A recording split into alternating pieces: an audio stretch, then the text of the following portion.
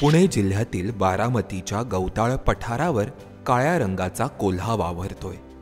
गेल्या वर्षभरापासून हा कोल्हा बारामतीच्या गवताळ भागात वावरताना वन्यजीव छायाचित्रकार प्रवीण जगताप यांना दिसतोय। कोल्हा हा श्वान कुळातील प्राणी आहे। जगात कोल्ह्याच्या 3 प्रजाती आढळतात। त्यापैकी भारतात सर्वदूर गोल्डन जॅकल म्हणजेच सोनेरी कोल्हा ही एकमेव प्रजात आढळते।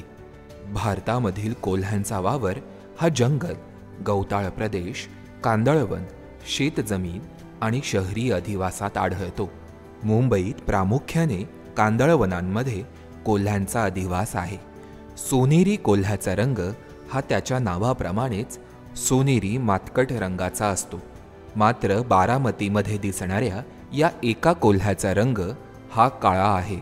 याचा रंग प्रामुख्याने काळा असला तरी त्याला मेलॅनिस्टिक कोल्हा असे म्हणता येणार नाही। तो ल्युकिस्टिक असू शकतो।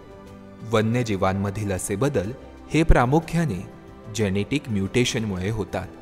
गुणसूत्रांमधील हे बदल त्यांचे शारीरिक स्वरूप, वागणूक आणि त्यांची कार्य करण्याची क्षमता देखील बदलू शकतात। या जेनेटिक म्युटेशनमुळे वन्यजीवांच्या नेहमीच्या रंगापेक्षा वेगळा रंगही येऊ शकतो।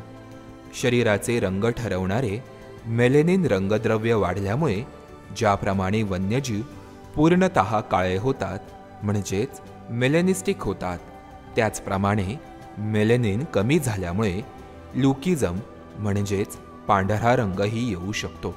बारामतीमधील हा काळा कोल्हा पूर्णतः काळा नाही। त्याच्या शरीरावर हलका पांढरा आणि मातेरी रंग आहे। त्यामुळे त्याला पूर्णपणे मेलॅनिस्टिक कोल्हा असे म्हणू शकत नाही।